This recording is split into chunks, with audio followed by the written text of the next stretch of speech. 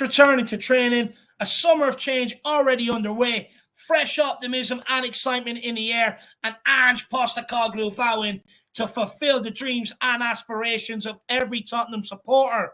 One will begin to think that Tottenham are back. And that's because we are, baby. Happy Ange Postecoglou Day to all my fellow Spurs fans right around the world. The Postecoglou Purge officially begins today. Now, before we get into it, you guys know what you need to do. Make sure you do all that good stuff like smashing that like button. Let's aim for over 300 today. So, welcome to Tottenham, Ange Postecoglou. Although Ange was confirmed as Tottenham manager a month ago, his contract officially begins today, and he kicked it off with an interview that has got many, many Spurs fans excited. He spoke about the style of football and entertaining fans, which is what many call for in their disgruntlement with the likes of Jose, Nuno, and Conte. Now, I have transcribed the part I love most. I'm going to get into it, so hear it out, and I'll tell you why after. Ange said, I like to win. That's the main thing, and I've done that wherever I've been.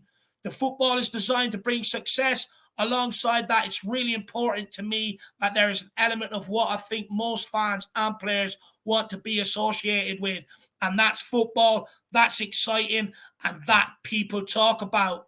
Not just the end result, but also the manner in which you play your football. That's really important to me, A, because I think it's a good way. I think it's a way to be successful, and B, because it allows people to grab onto those things that is most special about our game and those memorable moments. People want to see their team scoring goals, being exciting, not conceding goals, which is a huge positive, and being aggressive in their approach. All these kind of things that everyone seeks in their own football team. That's what I want to try to provide. The basis of it will be that we want to be a team that wins things and ultimately entertains our fans. Now, with managers that have gone before Ange Postecoglou at Tottenham, Conte and Jose Mourinho, the only thing they cared about was the end result, not really the manner or how it was achieved, which, look, I do respect, because I do respect people that want to win.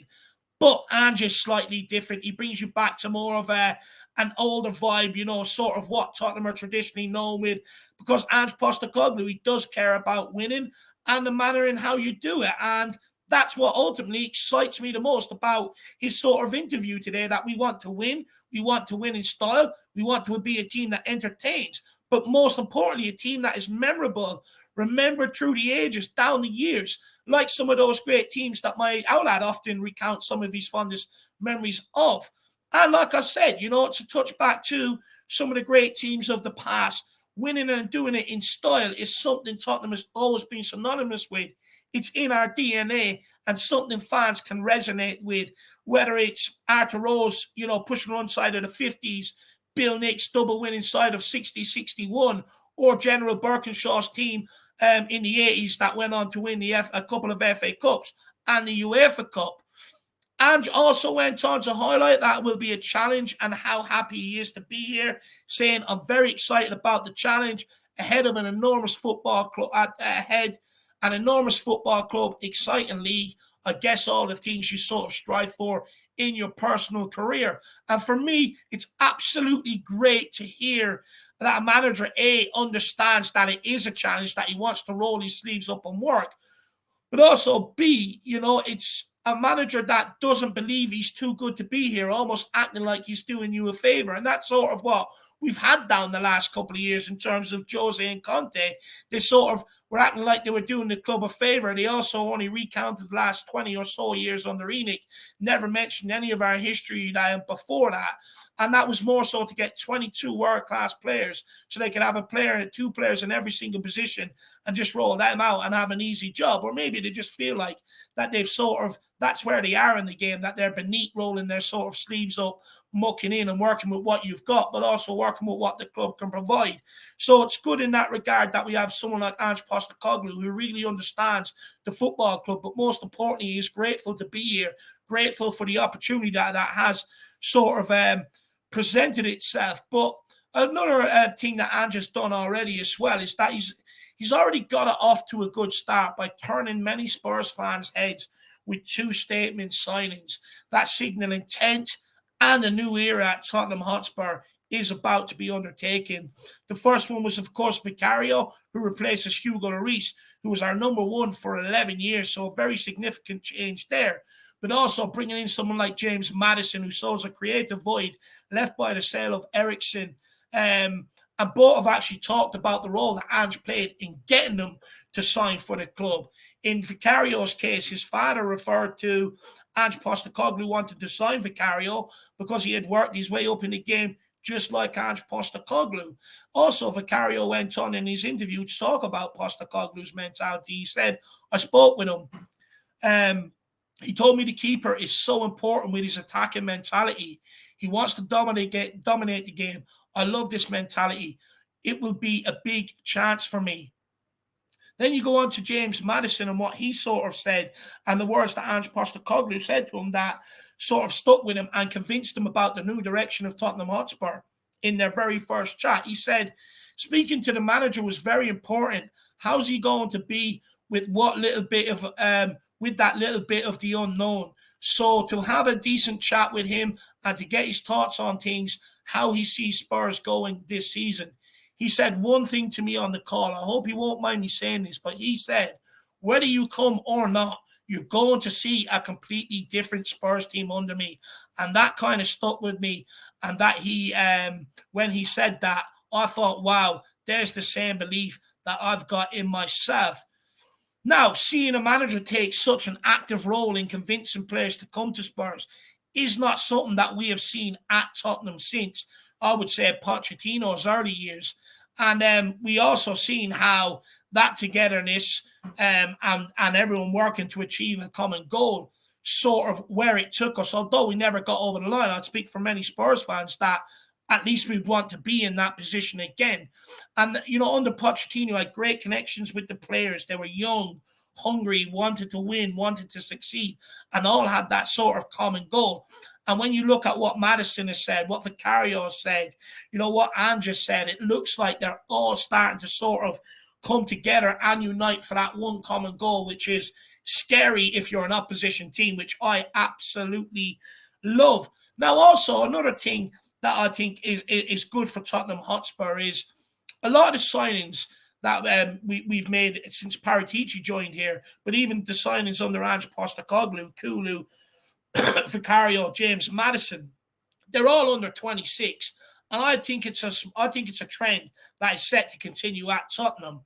It's something that also served Pochettino well, right? A lot of Pochettino's squad at that time, the young and hungriness of them, they were under 26, and the reason why I think you're going to see it sort of continue now as well, even though Paratici started before Ange got here, the reason why I think you're going to see it continue under Ange Postecoglou is because there's a number of reasons, but one is they're impressionable, young, hungry, keen, and eager to sort of succeed. So they'll almost do anything you're asking them to do without even sort of questioning it. Where if you're bringing in older players and stuff like that, they have more of a voice. They ask certain questions on why to do something, which generally means they don't want to do it, and start stuff like that. So that's one reason. But also, the second reason is when you want to play this, you know, relentless pressing out of possession game, but also everyone involved constantly on the attack in possession, you need players that are agile, that are quick, that are, you know, sort of relatively injury-free, you know, that are just fit. And a lot of them guys are usually 26 sort of or under because, you know, the reason why is because they don't have the legs in the minutes in their legs that some of these older guys would have. You know, they don't have the damage to the body that some of these older guys would have. And when you just want to replay that relentless style, you just need young, hungry people that are willing to just run, move about, this, that, and the other. And it's something that Tottenham Hotspur have to undertake. I mean, when you look back over the last 3 to 4 years, we're very slow, lethargic, not much pace in the side, you know, not much agility, sort of very rigid, you know, and that sort of needs to change as well. So, you know, I wouldn't be surprised to continue to see young players, 26 or sort of under, continue to come in at Tottenham Hotspur. Now, of course, players did return to pre-season today as well. it was all the non-internationals who returned, and they were Lloris, Forrester, Whiteman, Porro, Spence, Royale, Tanganga, Reguilon, Session, Ndombele, Bissouma, Bentancur, Gill.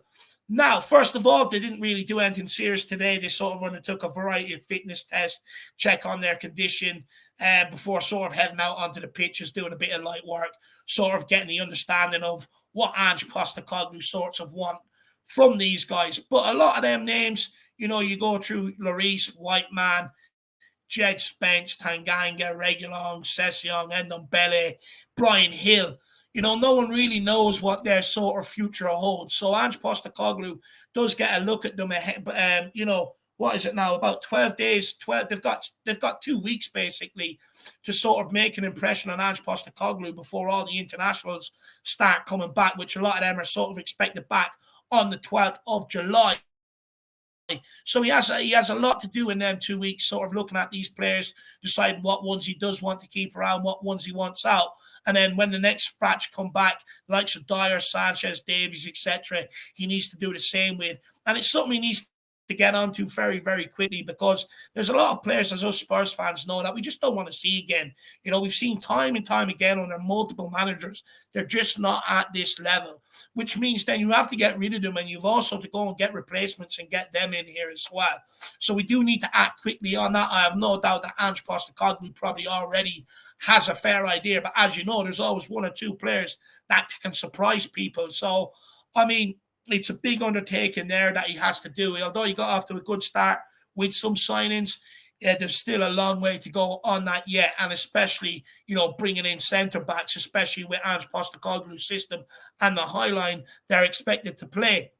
And then the last thing that he sort of really needs to do or undertake over the next couple of weeks is Harry Kane, of course, is back on the 12th of July, and he'll have to have a massive conversation with Harry Kane. Now, from my understanding, they've already had sort of a conversation, you know, an introductory, more so, would you like? But, you know, they're going to have a big meeting, because Ange will obviously have to pitch him the style that he sort of wants to play in and the vision that he has for Harry Kane within that system. Harry Kane also has to sort of, you know, come in and make his intentions clear. Is he here to stick around, or is he here to go? And I think the reason why it has massive repercussions is because it's a different team forming your plans around Harry Kane as your main man, as your goal getter, than it is someone like Richarlison, who just doesn't score as much, and his all-around game is not as good as Harry Kane. So it leaves Ange Postecoglou a lot more work to do on the attacking side of the game if Kane is not here, which isn't a problem if Kane is here. But also, in terms of captaincy, you know, Kane has been here a long time. He's a leader. If Tottenham offer him a new contract, you'd like to think that's under the condition that he's sort of made captain. And Ange Postecoglou needs to sort of, you know what direction that sort of leadership group is going in, and whether Harry Kane wants to take up that captaincy responsibility. So all in all, it has a big bearing on the future of Tottenham Hotspur and what the Ange Postecoglou era will look like. So, you know, I do think that Postecoglou will fancy his chances of being able to schmooze him around. He is a very sort of mesmerizing guy. So let's wait and see what happens there. But the main thing is, welcome to Tottenham, Ange Postecoglou. May it be a long, successful sort of spell under your tenure. And we hope for all the best. All of us Spurs fans deserve success. Hopefully there are trophies to come. And everybody else, let me know your thoughts below. Smash that like button, and we'll see you all back here tomorrow. And me and Jack will sort of be going through the names that have returned to training today and discussing whether we think that they should get another chance or not. Until then, stay safe. Come on, you Spurs. In Postecoglou, we trust.